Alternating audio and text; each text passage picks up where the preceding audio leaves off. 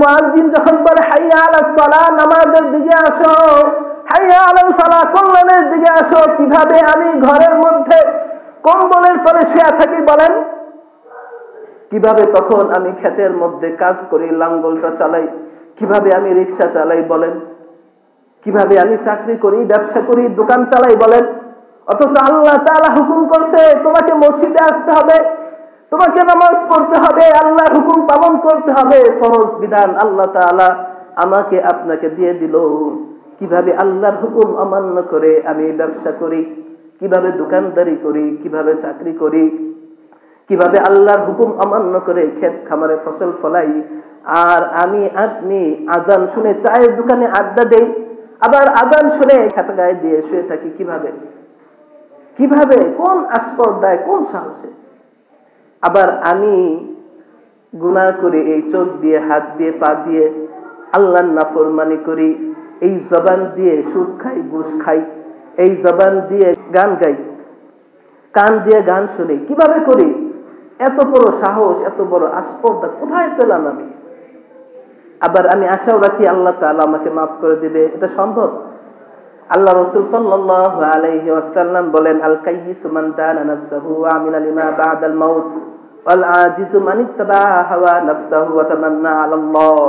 ও আমার উম্মতেরা শুনে রাখো, তোমাদের মধ্যে সবচাইতে বিচক্ষণ ওই ব্যক্তি, চালাক ওই ব্যক্তি, বুদ্ধিমান ওই ব্যক্তি যে তার নিজেকে চেনে, যে তার নিজেকে বুঝে, নিজেকে দ্বীনদার বানায়, ঈমানদার বানায়, আর মৃত্যুর পরে জিন্দেগির জন্য আমল করে।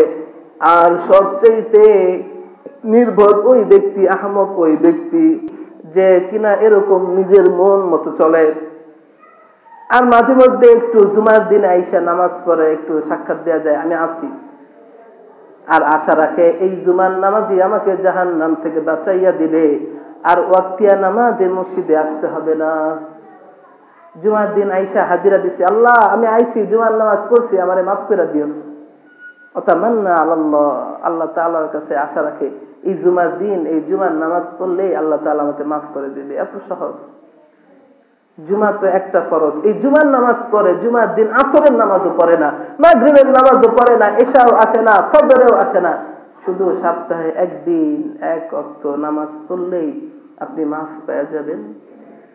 আল্লাহ তাআলা আপনাকে ক্ষমা করে দিবে। আল্লাহ তাআলার সাথে আমরা চুক্তি করছি, তাই না?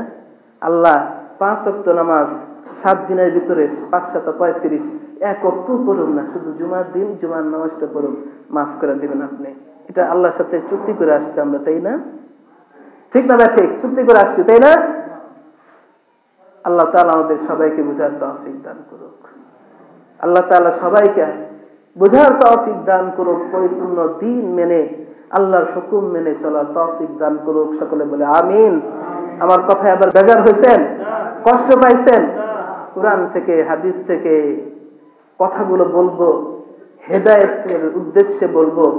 আল্লাহ তাআলা যাকে হেদায়েত দিবেন, ওই মানুষটা যদি নামাজ পড়ে, নামাজ ধরে, আমার নামাজ কবুল হয় কিনা তাতে সন্দেহ থাকতে পারে, কিন্তু ওই ব্যক্তি যদি এই কথার উপর আমল করে, যদি নামাজ পড়ে, নামাজ আদায় করে, আল্লাহ তাআলা কবুল নামাজের সওয়াব আমাকে দিয়ে দিবেন। সরে বলি সুবহানাল্লাহ।